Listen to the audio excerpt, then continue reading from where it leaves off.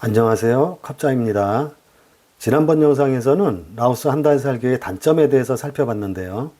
이번에는 반대로 장점에 대해서 이야기해 보도록 하겠습니다. 이번 영상 역시 그동안의 제 개인적인 라오스 여행을 바탕으로 오로지 제 기준에 따라 만들어진 영상이기 때문에 그냥 이 사람은 이렇게 생각하는구나 정도로 가볍게 봐주시면 감사하겠습니다. 자, 그럼 바로 시작하도록 하겠습니다. 제일 먼저 라오스는 외국인 여행객들에게 비교적 안전한 환경을 제공한다는 것입니다. 비록 라오스가 일당 지배체제를 유지하고 있는 공산국가이기는 하지만 라오스의 정치체제는 주변국들에 비해서 가장 조용하고 변동성이 적은 국가라고 할 수 있는데요. 라오스는 일단 개방된 자유시장 정책을 일부 수용하고 있고 SNS나 인터넷 사용이 자유로우며 외국인의 일상생활에 대해서 특별한 불법 행위만 없으면 크게 제한하고 간섭하는 일이 거의 없다시피 해서 외국인에 대해서는 매우 관용적인 환경이라 할 수 있습니다. 특히 정치체제 면에서도 라오스의 경우에는 태국이나 미얀마처럼 걸핏하면 군부 쿠데타가 일어나고 또 이에 대응하는 대규모 시위가 발생한다든지 해서 외국인 여행객들까지 불안에 떨게 만드는 그런 사태가 아예 발생할 수 없도록 군부에 대한 정치 배제가 아주 철저한 나라입니다. 또한 라오스는 대충만 따져봐도 약 50개가 넘는 소수 민족들이 있지만 미얀마나 중국처럼 민족 간의 극단적 갈등이나 민족 분리주의 운동으로 인한 소요 사태라든가 강제 진압 같은 것도 거의 존재하지 않고요. 외교적으로는 중국, 베트남, 태국 등의 인접국과 매우 긴밀한 관계를 유지하면서도 미국이나 유럽연합과의 경제 협력도 지속적으로 확대하는 등 주변국들과도 정치적으로 충돌하는 일이 없다는 것인데요. 즉 라오스는 지정학적으로 중국, 베트남, 태국, 캄보디아, 미얀마 등 5개 나라와 국경을 맞대고 있는 나라지만 중립국의 지위를 유지하면서 주변국들과의 갈등을 최대한 피해 나가고 있다는 것입니다. 또한 이런 지정학적 중립 분위기와 아울러 라오스 사회 분위기 또한 비교적 조용하고 갈등을 회피하려는 성향을 가진 국민성을 바탕으로 시비를 걸거나 다투는 일이 거의 없고 외국인들에게도 적대적이거나 질투심을 가지지 않는 경향성을 가지고 있다고 알려져 있습니다. 더욱이 중요한 것은 라오스는 치안 안정성 면에서 주변의 어느 나라보다도 안전하다고 할 수 있는데요.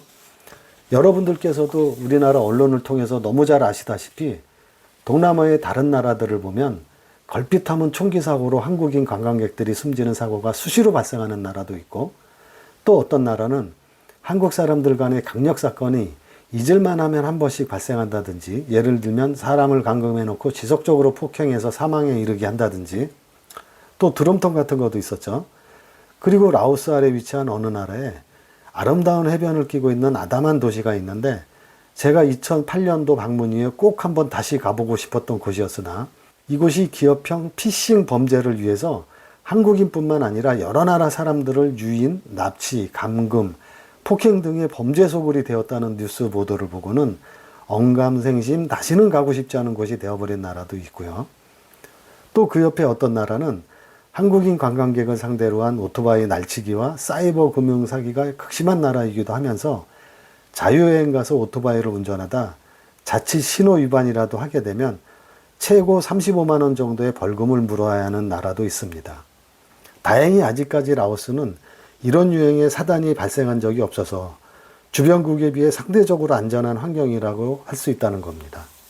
물론 작년에 서양 여행객들이 방머시기에서 가짜술 사건으로 인해 안타깝게 사망하는 사고도 있었으나 라오스 정부는 즉각적으로 사과하고 해당 게스트하우스를 영구 폐쇄 조치하는 등 발빠르게 대처한 일이 있었고 역시 작년에 수도 비엔티안에서 심야 시간대에 한국인을 상대로 폭행 및 금품 갈취 사건이 2번 있었으나 미연에 방지할 수 있는 수준의 범죄이고 또한 다른 나라의 강력 범죄 사건에 비하면 그 경중의 차이가 확연히 다르다고 할 수 있을 것입니다. 그리고 라오스의 경우 자연재해 면에서도 주변국들과 다르게 크게 피해를 입은 사례가 보고되고 있지 않는데요. 예를 들면 지진이나 홍수, 태풍 같은 자연재해로부터 치명적인 피해를 직접적으로 입은 사례는 없는 것으로 알려져 있습니다. 이렇듯 라오스의 경우 주변국들과 다르게 정치, 경제, 사회, 치안, 자연재해 등 여러 방면에서 여행객들에게 안전한 환경을 제공하고 있는 게 사실입니다. 라오스 한 달 살기의 장점 두 번째는 비교적 다양한 비자론 루트가 존재한다는 것인데요. 앞서 라오스 살이의 단점으로 무비자 체류 기간의 짧음에 대해서 지적한 적이 있었는데요. 그에 반해 라오스라는 나라는 5개의 나라와 국경을 접하고 있는 지리적 특성 때문에 비교적 비자론하는 루트가 다양하다는 것입니다. 일단 가장 많이 이용하는 비자론 루트는 단연 수도 비엔티엔과 태국 농카이를 잇는 우정의 다리를 이용한 육로 비자론 방법인데요. 이 방법은 거리도 매우 가깝고 비용도 크게 부담되지 않아서 여행객들이 제일 많이 이용하고 있는 방법이라고 보시면 되겠습니다. 특히 이 방법은 당일치기 비자론도 가능하기 때문에 매우 편리하기는 하지만 입국 횟수가 4, 5회 이상 누적 시 출입국 직원이 체류 목적 의심을 가질 수 있어서 출입국 인터뷰가 길어질 수 있다는 점은 따로 참고하시면 되겠습니다. 그 외에도 옆나라 베트남으로의 비자론 방법도 있는데 라오스 각 지역에서 베트남으로 향하는 여행자 버스를 이용하는 방법이 있고 비엔티안이나 루앙프라방 같은 곳에서 항공편을 이용하는 방법도 있으므로 각자 형편에 맞는 방법을 택하면 되고 참고로 베트남은 현재 무비자 45일을 적용받고 있습니다. 다음으로 중국으로의 비자론인데요. 이 방법은 2024년 11월 8일부터 중국 정부가 한국 여행자들에게 무비자 방문 기간을 부여함에 따라 고려해 볼 수 있는 방법인데요. 저의 경우는 라오스 북부지방을 여행한 후 고속열차를 이용해서 중국의 쿤민 지역으로 비자론 겸 단기로 중국 여행도 겸할 수 있어서 앞으로 한 번쯤 시도해 볼 예정입니다. 문제는 중국의 무비자 입국 기간이 올해 12월 말까지 한시적으로 운영한다는 것인데요. 특별한 사정이 없는 한 그 기간이 연장되지 않을까 하는 기대를 가져봅니다. 참고로 현재 중국 무비자 체류 기간은 당초 15일이었다가 지금은 30일로 정해져 있습니다. 그리고 라오스 북부지방을 여행하시는 분들의 경우 예를 들어 퐁살리나 무앙사이, 무앙호이 쪽은 굳이 중국이 아니더라도 여행자 버스를 이용해서 베트남의 디엔비엠프 쪽으로의 비자론도 많이 이용하는 코스로 알려져 있습니다. 그리고 라오스 남부지방을 여행하시는 분들이라면 예를 들어 타켓이나 사바나켓, 그리고 팍세, 팍송 등의 경우 메콩강을 건너 태국으로 비자론을 쉽게 할 수 있어서 많은 한국 여행객들이 이용하는 방법이라 할 수 있으며 이 방법은 앞서 말씀드린 비엔티엔과 농카이 간의 비자론 방식과 동일하게 진행되기 때문에 어렵지 않게 비자론을 할 수 있고요. 그게 아니면 베트남 쪽으로 여행자 버스를 이용해서 비자론을 하는 방법도 있습니다. 아울러 라오스 최남단 시판동 같은 경우는 국경을 맞대고 있는 캄보디아로 비자론을 하는 것으로 알려져 있습니다. 참고로 캄보디아는 도착 비자를 발급받아야 하는데 대략 30불 정도의 비용이 발생하고 체류 기간은 30일로 정해져 있습니다. 이렇게 라오스 어디를 여행하든지 비자론을 할 수 있는 경로들이 다양하게 존재하고 있는데요. 문제는 항공편이나 고속열차를 이용하지 못하고 어쩔 수 없이 여행자 버스나 미니밴 등을 이용하게 될 경우 장거리 운행에 따른 심한 피로감을 호소하고 있다는 점은 큰 문제점이라 할 수 있을 것 같습니다. 또한 비자론과 관련한 또 다른 문제는 최근 국경 출입국 횟수가 잦은 무비자 재입국자들에 대한 단속이 강화되고 있는 추세라서 인근의 나라와 연계한 체류 기간 늘리기를 하든지 아니면 아예 정식으로 비자를 발급받는 방법을 적극적으로 알아봐야 한다는 것입니다. 라오스 한 달 살기 장점 그 세 번째는 라오스는 아직까지 행정 시스템 정비가 미비하거나 유연해서 이러한 점이 역설적으로 장기 체류 외국인의 입장에서는 이점으로 작용할 수 있다는 것입니다. 아시다시피 한 사회의 행정 시스템 자체가 정비되지 않고 정체되어 있다는 것은 여간 불편한 점이 아닐 수 없는데요. 라오스의 경우도 행정 시스템이 미비해서 민원행정 처리가 너무 느리다는 말을 현지 교민이나 기업 관계자들이 매우 자주 언급하고 있는 실정입니다. 하지만 경우에 따라서는 장기 체류 중인 외국인 입장에서 볼 때 실용적 이점이 있을 수도 있지 않을까 하는 부분을 말씀드리고 싶은데요. 우선 이 대목에서 미리 말씀드리는 것은 이러한 논의가 논리적으로나 사회 규범적으로 맞다 아니면 틀리다의 문제가 아니라 그냥 단순하게 우리가 현실적 이점이 존재하느냐에 대한 말씀이니까 오해 없으셨으면 좋겠고요. 공연한 갑론을박은 정중히 사양한다는 말씀을 미리 말씀드립니다. 자, 이게 무슨 말이냐면요. 어느 나라든 사회가 발전함에 따라 행정 시스템은 정비가 되어 가면서 각종 규범들이 정교화되기 시작하면 이게 거의 단속과 규제를 강화하는 형태로 나타나게 되는데요.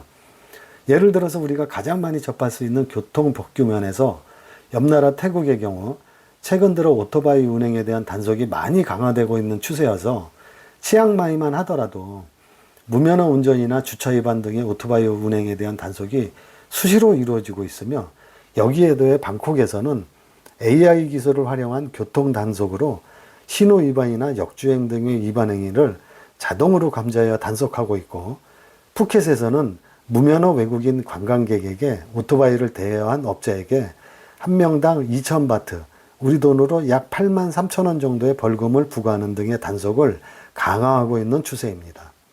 그리고 또 다른 옆나라인 베트남의 경우에는 금년도 들어서 교통법규 위반 범칙금을 대폭 인상함으로써 국민들로부터 너무 가혹하다는 불만의 소리가 터져나오고 있는 상황인데요. 먼저 자동차의 경우 신호 위반이나 역주행, 진입 금지 도로 주행 시 종전에 400에서 600만 동이었던 범칙금이 1,800에서 2,000만 동으로 거의 3배에서 5배가량 치솟았고요. 이는 우리 돈으로 환산하면 약 23만 원에서 35만 원 하던 벌금이 약 104만 원에서 116만 원으로 인상되었다는 말이 됩니다. 또 과속 운전에 대해서도 종전에 1,200만 동에서 지금은 5천만 동으로 우리 돈으로 계산했을 때 약 69만 원에서 290만 원으로 대략 4배 이상 상승했다고 보시면 되겠습니다. 다음으로 오토바이의 경우에는 신호위반 범칙금이 기존 80에서 100만 동보다 5배 이상 치솟은 400에서 600만 동, 즉 우리 돈으로 환산하면 4만 6천 원에서 5만 8천 원짜리 범칙금이 23만 원에서 34만 원으로 5배 이상 인상되었고, 오토바이 운행 도중 휴대폰을 만지거나 우산을 사용할 경우 또는 우산을 쓴 사람을 태울 경우 10만 동에서 20만 동의 범칙금을 납부해야 되는 상황입니다. 그리고 보행자의 경우에도 신호 위반을 한다거나 도로의 중앙분리대를 넘어가다 적발될 경우 25만 동, 우리 돈 약 15,000원을 물게 되었고, 단속 행위 또한 강화되고 있는 추세입니다.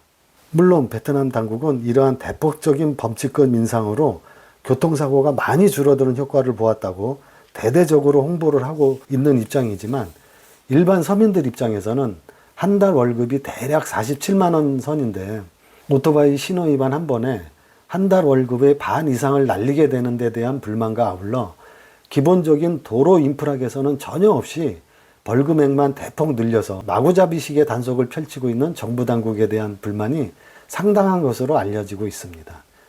그리고 외국인 여행객 입장에서도 앞으로는 오토바이를 렌트해서 타고 다닐 엄두가 나지 않을 것 같다는 생각이 듭니다. 이러한 사례를 보면서 제 개인적으로 드는 생각은, 너무나 급격한 제도의 변화는 그 추구하는 목적이 아무리 옳다 하여도 그 결과 역시 반드시 옳은 방향으로 귀결된다고 말할 수 없다는 거고요. 이런 차원에서 보면 라오스의 경우는 아직까지 행정 시스템 자체가 미비한 점은 있어도 그 미비함이 만들어내는 이른바 회색지대가 존재하고 있어서 오히려 외국인 여행객 입장에서는 다른 나라에 비해 상대적으로 유리한 면들이 있을 수도 있다는 것입니다. 라오스 한 달 살기 장점 네 번째는 예전에 비해서 교통 인프라가 조금은 개선되었다는 점인데요. 그 중에서도 수도 비엔티안에서 북부지방의 중국 국경 도시와 연결되는 라오스 차이나 고속철도의 개통은 라오스 여행객들에게는, 아니 다른 사람은 차치하고서라도 제 개인적으로는 정말 꿈과도 같은 사건으로 받아들여진다는 것입니다. 아시다시피 라오스라는 나라 자체가 워낙 국가재정 상태나 기술 능력 면에서 부실하다 보니까 이러한 대규모 SOC 사업을 추진할 능력이 당연히 없기 때문에 라오스에서 고속철도라는 인프라는 솔직히 상상도 못했던 일입니다. 하지만 어쨌든 라오스는 중국의 기술과 자본에 기대서 중국의 전적인 주도하에 고속철도 사업을 진행하였고, 이로 인해서 지금 라오스의 국가재정 상태가 매우 악화되면서 2022년도에는 디폴트, 즉 국가 채무 불이행 사태 코앞까지 간 적도 있었으며, 결과적으로 중국에 대한 경제 전반의 의존도가 갈수록 심화되는 안타까운 결과를 초래했지만, 그러한 문제는 라오스 당국이 앞으로 해결해야 할 숙제라 생각하고요.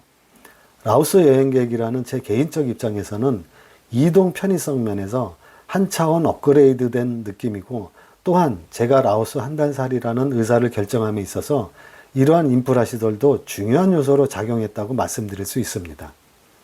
사실 제가 2010년도에 라오스를 방문했을 때는 비엔티안에서 방비엔까지 여행제 버스를 타고 가는데 약 4시간 가까이 걸려서 갔던 기억이 있고요.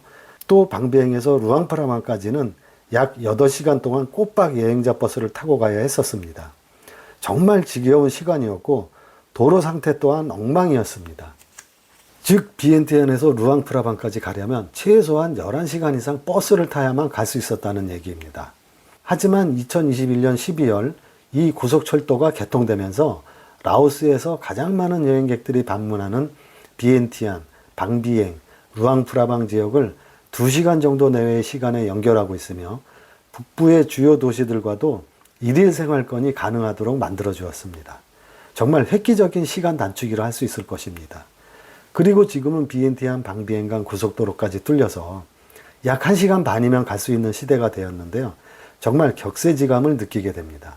또한 비엔티안 방비엥 간의 고속도로 개통에 이어서 앞으로는 방비엥, 루앙프라방 간의 고속도로 건설도 계획하고 있지만 중국의 건설 경기 침체와 맞물려서 사업 착공 일정이 계속 미뤄지고 있다는 점을 참고로 말씀드립니다.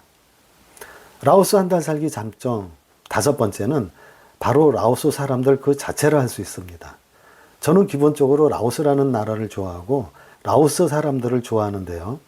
저에게 있어서 이러한 부분은 라오스 살이에 있어서 상수이고 그렇기 때문에 저는 기꺼이 라오스에서의 한 달 살기나 1년 살기를 계획하고 있다고 말씀드릴 수 있습니다. 제가 라오스를 나름 여러 번 방문하면서 느꼈던 점은 외국인 입장에서 볼 때 라오스 사람들은 기본적으로 착함, 순수함, 온순함, 친절함 등의 태도를 가지고 있다고 생각합니다. 이들은 특별히 공격적이지도 않고 웃으며 다가가는 사람에게 크게 경계심이라는 담장을 쌓지도 않으며 처음 만난 사람에게도 일단 친근하게 대해줍니다. 그래서 그들이 먼저 다가와서 친해지자고 하는 경우는 거의 없지만 그렇다고 친해지자고 다가가는 사람을 거부하는 경우도 거의 없는 것 같습니다. 보통 라오스 사람들을 안 좋게 얘기하는 사람들은 라오스 사람들이 눈앞의 이익에만 너무 밝다. 자기 의견을 분명히 밝히지 않고 속으로 불쾌해하거나 뒤에서 말을 한다. 약속 시간을 거의 지키지 않는다. 자기 잘못을 인정하려 들지 않고 미안해하지도 않는다.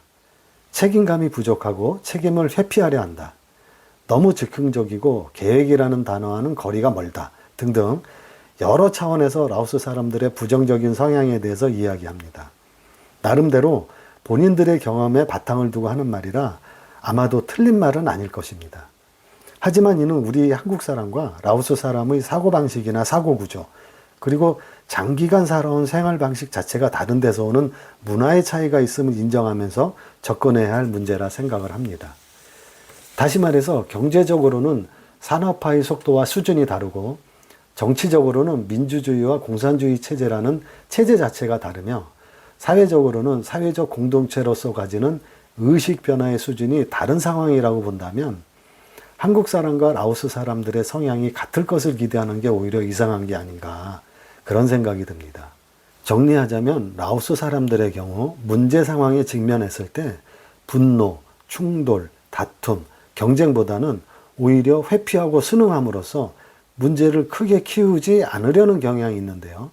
단적으로 비엔티안 시내의 러시아워 시간에 아무리 차가 막혀도 자동차나 오토바이에서 크락션을 눌러대는 소리를 거의 들을 수 없으며 더욱이 도로 한가운데서 교통 흐름을 방해하는 일이 벌어져서 차들이 움직이지 못하는 상황에서도 그저 법변량 주문을 외우면서 마냥 기다려줍니다.